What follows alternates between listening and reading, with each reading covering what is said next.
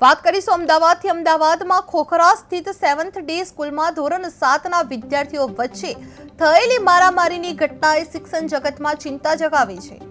મહત્વની બાબત એ છે કે આ સમગ્ર ઘટનાને લઈને શાળા વહીવટ દ્વારા કોઈ સ્પષ્ટ કાર્યવાહી ન કરાતા મામલો વધુ ગંભીર બન્યો હોવાનો આક્ષેપ થઈ રહ્યો છે। આ ઘટનાને લઈ શાળાના પ્રિન્સિપલ, એડમિન હેડ તેમજ શિક્ષકોને નોટિસ ફટકારી ખુલાસો માંગવામાં આવ્યો છે। અધિકારીઓ જણાવ્યું હતું કે ધોરણ 7ના વિદ્યાર્થીઓ દ્વારા આવી હિંસક ઘટના થવી અત્યંત ચિંતાજનક બને છે અને સમગ્ર ઘટનાના મૂળ સુધી પહોંચવાનો પ્રયાસ પણ કરવામાં આવશે। આ તપાસના અહેવાલો પણ માંગવામાં આવ્યા છે અને જો જવાબદાર તરીકે પ્રિન્સિપાલ અથવા એડમિન હેડ સામે આવશે તો કડક કાર્યવાહી કરવામાં અચકાવાશે નહીં।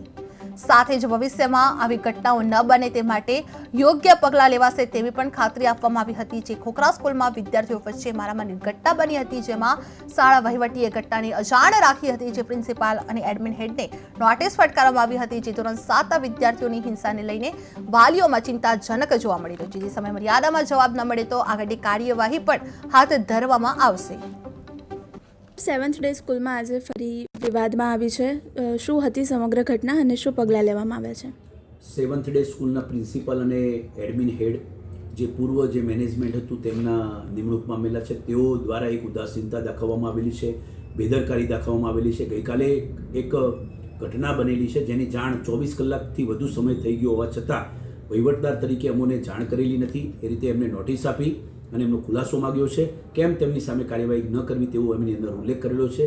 ગઈકાલે વોશ એરિયામાં ધોરણ 7ના 4 વિદ્યાર્થીઓ હતા, 3 પૈકી સામે એક વિદ્યાર્થીને ઝપાઝપી અંદર થતાં એના જે છે શર્ટના બટન પર તૂટી ગયા છે અને નાક ઉપર થોડીક ઈજા થયેલી છે તેવી માહિતી જે છે પ્રાથમિક મળેલી છે અને આ બાબતે સદર જે વિદ્યાર્થી જે છે જે ભોગ બનનાર છે એને પોલીસમાં એના વાલી દ્વારા જે છે એ જાણવા જો ફરિયાદ પણ આપેલી છે અને મીડિયાના માધ્યમથી આજે જાણ થઈ, પરંતુ શાળા દ્વારા, શાળાના પ્રિન્સિપાલ દ્વારા જે પૂર્વ કક્ષાએ જે બેદરકારી થઈ હતી તે પ્રમાણેની ફરીથી કે ભાઈ આ પ્રકારની ઘટના બને તો સત્વરે પહેલાં જાણ કરવી પડે।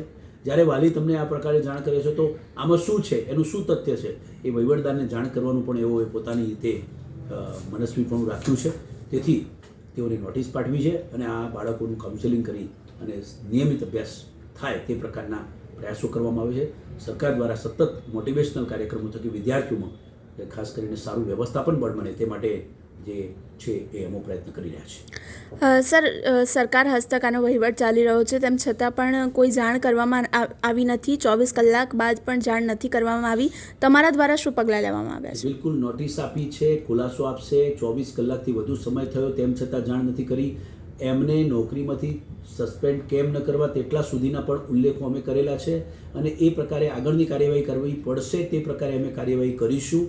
કારણ કે આમાં મહત્ત્વની વસ્તુ છે કે નાની સરખી પણ કોઈ પણ ઘટના, ઘટના જે બની છે એમાં સીધા પ્રિન્સિપલ જવાબદાર છે એવું અમારું ક્યાંય કહેવું નથી, પરંતુ ઘટનાને છુપાવવાનો પ્રયત્ન કરવો એ ખોટી બાબત છે। કારણ કે વિદ્યાર્થીઓની માનસિકતાની હું ચિંતા વ્યક્ત કરું છું, કારણ કે આટલા 7મા ધોરણના બાળકો આ પ્રકારની ઘટના બને ત્યારે એ ચિંતાનો વિષય તો ચોક્કસ બને છે।